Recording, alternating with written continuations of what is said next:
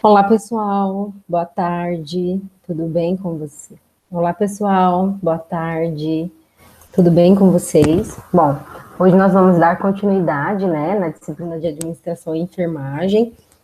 A aula de hoje vai ser uma aula assíncrona. Eu estou gravando essa aula para vocês, né? Para a gente não ter a necessidade de se reunir via Meet para poder estar fazendo as aulas. Então, assim, eu vou dar aula para vocês hoje, dar continuação da aula, e depois, ao final, eu vou disponibilizar para vocês também uma atividade que vai complementar a aula de hoje, tá? Eu vou projetar a aula aqui.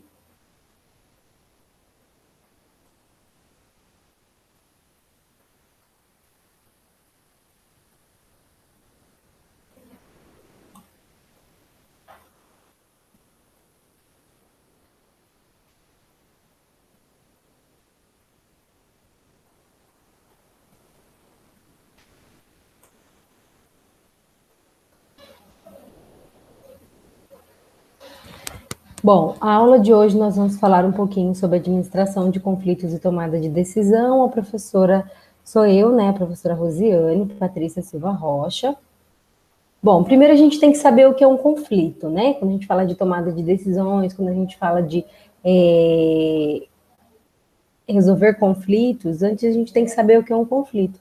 Conflito, ele vem do latim conflitos, que significa choque entre duas coisas, né? Embate de pessoas que lutam entre si por alguma determinada situação ou por algum conflito, ou por alguma situação, essas duas pessoas elas entram em conflito. Vejamos agora, né, alguns autores que definem o que são conflitos. Os conflitos eles costumam ser definidos como discordâncias internas resultantes de diferenças quanto a ideias, valores ou sentimentos entre duas ou mais pessoas. Essa aqui é uma referência de Marx e Morita, né, de 2000, página 69. A gente também tem Rocker, que define o conflito como uma luta expressa entre pelo menos duas partes interdependentes, que percebem que os seus objetivos são incompatíveis, suas compreensões são reduzidas e a outra parte os impede de atingir seus objetivos. Então, aqui a gente tem a definição do que é um conflito. Bom, quais são as possíveis causas de um conflito? A experiência da frustração, né, de uma ou ambas partes, incapacidade de atingir uma ou mais metas, realizar e satisfazer os seus desejos por algum motivo, interferência, limitação pessoal, técnica ou comportamental. A gente também tem, né, como possíveis causas, diferenças de personalidades, né, às vezes são equivocadas, como explicações para desavenças, ambiente familiar, ambiente de trabalho também pode ser causa de algum conflito, que também revela, né, um relacionamento diário, de algumas características indesejáveis, de uma parte envolvida. Então, dentro do ambiente de trabalho, a gente tem possíveis questões que podem levar a um conflito, a diferença de personalidade, que também é bem conhecida, né? Às vezes uma pessoa tem a personalidade mais forte que a outra, né? Às vezes a incapacidade de atingir uma meta pode também trazer um conflito dentro do ambiente de trabalho. Quais são as possíveis também causas que eu tenho aqui? Metas diferentes, isso aqui é muito comum, né? Estabelecermos ou recebermos metas e objetivos a serem atingidos e que podem ser diferentes de outras pessoas ou de outros departamentos, o que nos leva a gerações de tensões em busca de seu alcance. Diferença entre termos, né, de informações e percepções, que às vezes podem, né, levar a um conflito, conhecimentos referenciais, ideias, né? Tudo isso pode levar a um conflito. Níveis, né? Quais são os níveis? A gente tem os níveis de um conflito. A gente tem a discussão, que ela é bem conhecida, que é o estágio do conflito, que caracteriza-se normalmente por ser racional, aberta ou objetivo, uma discussão. A gente tem a discussão nível 2, que é um debate, né? Que nesse estágio as pessoas fazem generalizações, buscam demonstrar alguns padrões de comportamento, grau de ameaça, objetividade existente, ao nível de diminuir alguém. A gente também tem outro nível de conflito, né? Façanhas, as partes envolvidas no conflito começam a mostrar grande falta de confiança no caminho ou alternativo escolhido para uma parte envolvida. Então, os três níveis do conflito são esses: discussão, debate e façanhas. A gente também tem o nível 4, que são imagens fixas, são estabelecidas imagens preconcebidas, né, da relação entre as partes, preconceitos, né, que fazem com que as pessoas elas tomem uma posição mais rígida. A gente tem o nível 5, que é ficar com a cara no chão, que trata-se de uma postura de contínuo, né, nesse conflito, custas de lutar entre fins, acabar gerando dificuldades, partes envolvidas, às vezes se retiram desse conflito. E estratégias que nesse nível começam a surgir ameaças, punições, ficam mais evidentes. O processo de uma comunicação, uma das peças fundamentais para a solução do conflito, fica cada vez mais restrita. Então, a gente tem todos esses níveis de conflito. A gente também tem o nível 7, que é a falta de humanidade, né? No nível anterior, ele evidencia também através de ameaças e punições. A gente tem o nível 8, que é ataque de nervos, né? Nessa fase necessita se autopreservar, se proteger, isso é a única preocupação. A gente tem o nível 9, que são ataques generalizados, né? Nesse nível, chega a vias de fatos, né? A gente pode chegar até num nível de conflito que as pessoas se agridem. Bom, tipos de conflito, né? A gente tem o conflito latente, o conflito percebido, o conflito sentido e o conflito manifestado. Áreas de conflitos, né? Os conflitos, eles são tradicionais, surgem em decorrência do grau de complexidade e implicação social. A gente tem o conflito social, que permanecem à história e são aqueles que reúnem indivíduos ao redor dos mesmos interesses, fortalecendo sua solidariedade. Nós temos fontes de conflitos, né, que são direitos não atendidos ou não conquistados, mudanças externas acompanhadas por tensões, desejo de êxito econômico, necessidades individuais não atendidas. A gente também tem como fonte de conflito, né, carência de informação, tempo e tecnologia, marcadas por diferenças culturais individuais, tentativa de autonomia, emoções não expressas, inadequadas, o meio ambiente, né, adversos, preconceitos, tudo isso pode também ser fonte de um conflito. A gente identifica bastante conflitos dentro do ambiente de trabalho, né?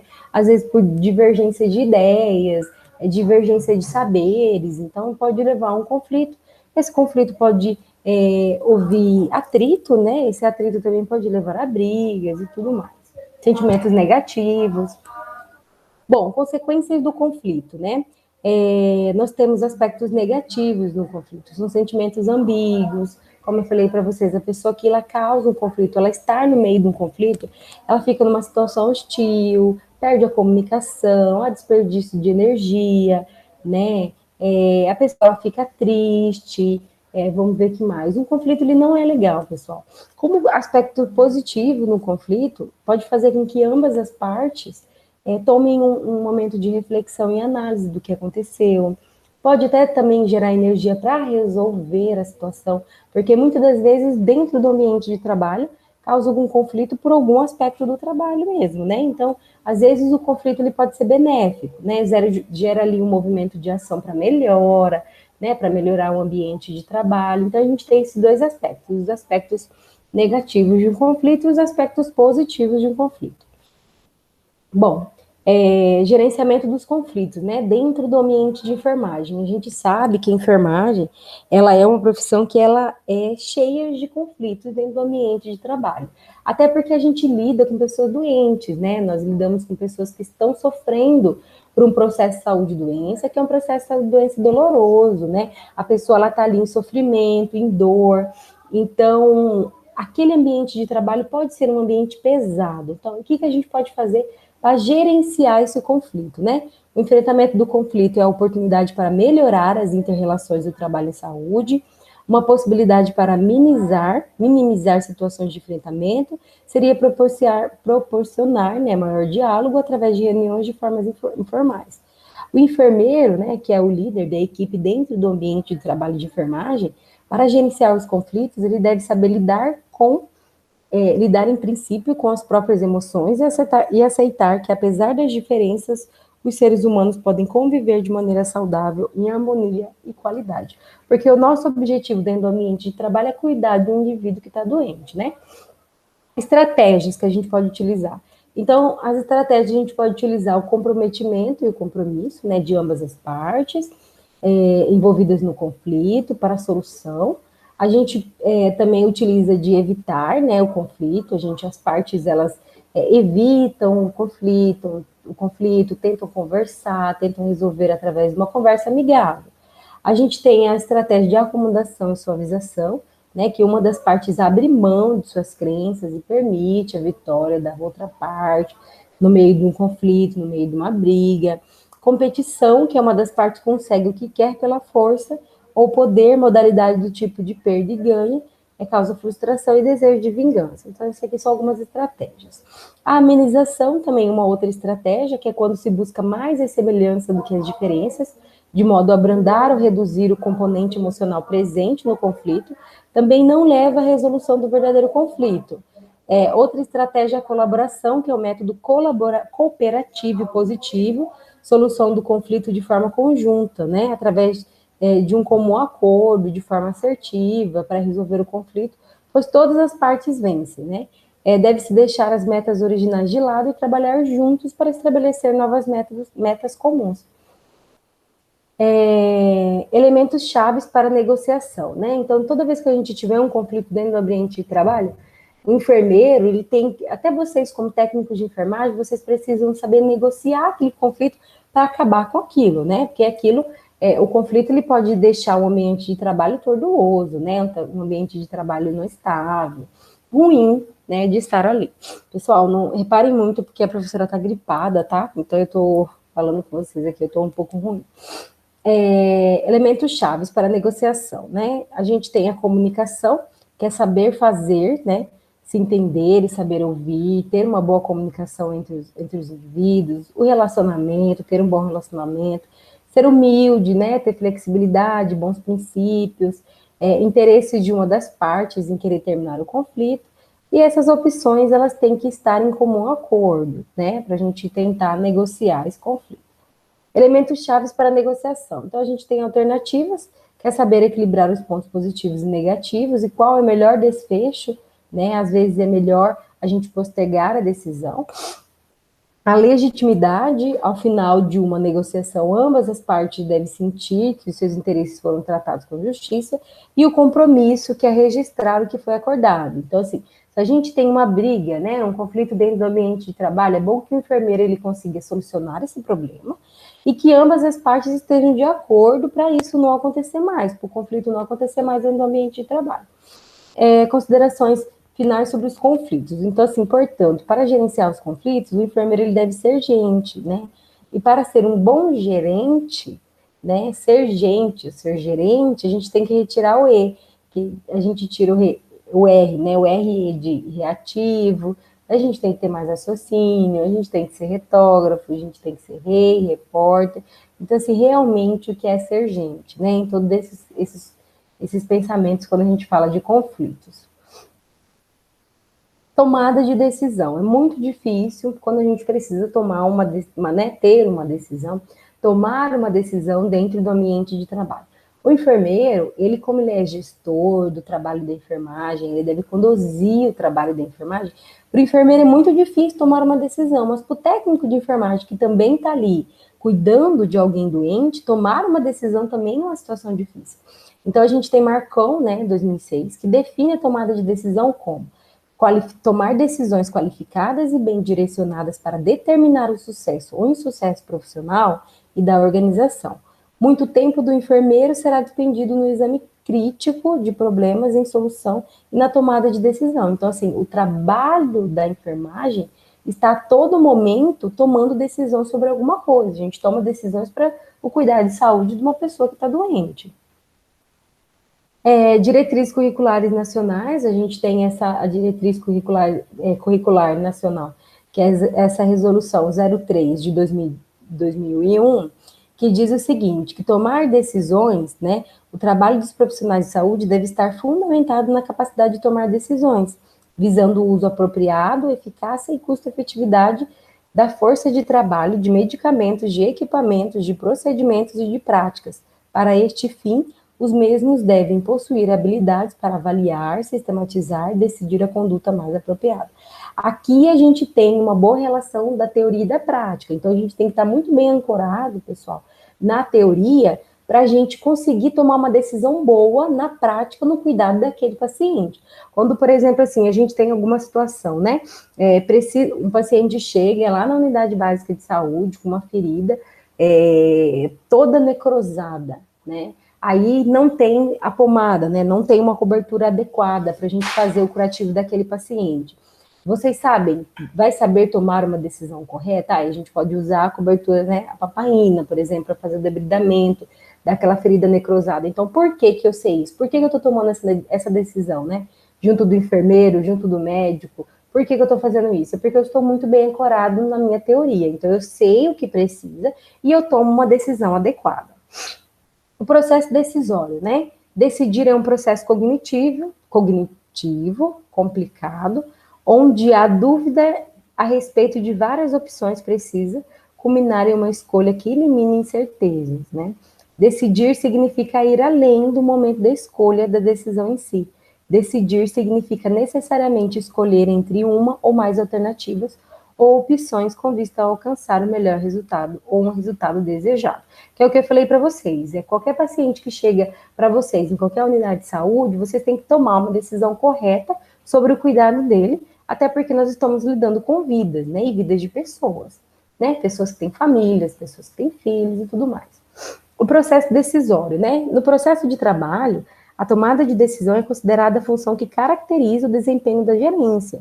Independente do aspecto da decisão, esta atitude deve ser fruto de um processo sistematizado que envolve o estudo do problema a partir de um levantamento de dados, produção de informações, estabelecimento de propostas de soluções, escolha da decisão, viabilização e implementação da decisão e análise dos resultados obtidos, né? Então, tudo isso aqui culmina no processo decisório efetivo. Pensar de forma crítica, o raciocínio crítico reflexivo, além de decidir e resolver o problema, inclui avaliação ampla do geral ao específico, estreitando o foco com vistas a atingir uma conclusão. Então, segundo Marquis, 2010, as características de quem usa o raciocínio crítico e reflexivo deve ser aberto a novas ideias, intuitivo, persistente, comunicador, flexível, observador, assumir riscos, né, enxergar além do que é apresentado, ser criativo, identificar a causa, né, fundamental e estabelecer prioridades. Então, todos esses aspectos, eles compõem o pensamento crítico e reflexivo. Para pensar criticamente, né, precisamos estimular a reflexão, o que significa desenvolver a observação, análise crítica, autonomia do pensar de ideias, tornar-se agente de transformações na sociedade, interagir com a realidade. O pensamento crítico reflexivo também propõe algumas ações que podem ajudar o exercício do pensamento crítico em situações diferentes. Identificar suposições, né? Verificar a exatidão e a integridade dos dados, compreender quando existem contradições em relação à informação apresentada, distinguir a relevante ou irrelevante, né? Distinguir o que é normal, o que não é normal, reunir informações a fim de identificar informações, considerar conclusões diferentes e válidas. A gente tem fases do processo decisório, então essas fases elas são percepção do problema, coleta de dados, análise dos dados, procura de soluções alternativas, escolha, decisão, implementação e avaliação. Tudo isso compõe os processos, né, as fases do processo decisório. Dentro do processo decisório, a gente tem pontos importantes que precisam ser retomados e precisam ser vistos. A gente tem coleta de dados, né? Coleta de dados que faz com que a gente decida algo que seja preciso, algo que seja relevante. A gente precisa também que, num processo decisório, a gente não toma uma decisão sozinha, né? A gente precisa tomar uma decisão em equipe, a gente precisa estar ancorado com a nossa equipe para a gente poder tomar decisões efetivas, porque a gente vai cuidar de alguém. Então, toda vez que a gente vai cuidar de alguém, cuidar de indivíduos doentes, a gente não pode tomar uma decisão sozinha, a gente precisa tomar uma decisão em equipe, tá? E fazer sempre consultas. Eu não sei a situação, por exemplo, professora, eu não sei que cobertura eu uso na ferida do seu João. Para quem vocês vão recorrer? Ao enfermeiro, vocês podem recorrer ao médico, vocês precisam, se vocês não sabem, é mais humilde vocês irem atrás para saber do que tomar uma decisão errada. Abordagem e evidências. Então, as estratégias, elas incluem, né, manter-se sempre atualizado, por isso que é importante a gente estar sempre ancorado com a literatura, a gente precisa estudar bastante. A gente precisa usar e estimular o uso de fontes de evidências, implementar e avaliar práticas já sancionadas. Nós precisamos questionar, desafiar e assumir riscos, cooperar com outros profissionais de enfermagem, também é importante. Tomada de decisões nas organizações, né, dentro do ambiente de trabalho. Como que a gente precisa tomar essa decisão dentro das organizações? As tomadas de decisões, elas são compostas por pessoas com valores e preferências distintos, conflitos que podem ocorrer na tomada de decisão, e hierarquização também. A gente precisa saber que, quando nós não sabemos, a gente recorre quem está acima de nós, que é o enfermeiro, o médico, ou o nosso responsável técnico, ou o nosso gestor. Então, a gente sempre tem que pensar nisso. Então, assim, finalizando a proposta que eu trouxe para vocês hoje sobre tomada de decisões, tomada de decisões, né, e conflitos, a gente pode resumir, né, essa fala de hoje, que assumir um cargo, né, sendo enfermeiro, ou vocês mesmos sendo gestores, ou técnicos de enfermagem, ele se depara indiscutivelmente com situações diversas, né, que exigem conhecimentos, habilidades, atitudes coerentes, precisas e imparciais para a tomada de decisão. Então, toda vez que nós formos tomar uma decisão sobre a saúde de alguém, a gente tem que pensar muito bem, né? E a gente precisa tomar uma decisão assertiva, porque, como eu já falei para vocês, a gente está lidando com uma pessoa que está passando por um processo de saúde e doença, né? A gente está lidando com pessoas doentes, então a gente tem que sempre pensar que a gente precisa tomar decisões precisas para o cuidado dessas pessoas. E trabalhar sempre em equipe, pessoal, saber que conflito ele não é legal, ele não é saudável para a sua saúde. Bom, para complementar a aula de hoje, eu trouxe essas duas referências, são 2 vídeos no YouTube bem importantes, bem legais, né, que eu acho que é necessário que vocês assistam para vocês fazerem a tarefinha de hoje. A tarefinha de hoje, eu vou disponibilizar para vocês um artigo. Esse artigo vocês vão fazer uma resenha, né, uma resenha crítica sobre o artigo. Então, é interessante que vocês leiam o artigo, façam a resenha e também assistam esses 2 vídeos no YouTube que vai complementar a aula de hoje, tá bom? Obrigada, a professora fica à disposição, caso vocês precisem de alguma coisa, tá bom? E agora eu vou interromper a apresentação e vou também interromper a gravação. Pessoal, então, até mais. Qualquer dúvida, eu estou à disposição. Vocês têm meu e-mail, meu telefone e a gente vai dialogando. Lembrando que a tarefa vocês precisam me entregar até amanhã, tá? Sexta-feira. Obrigada.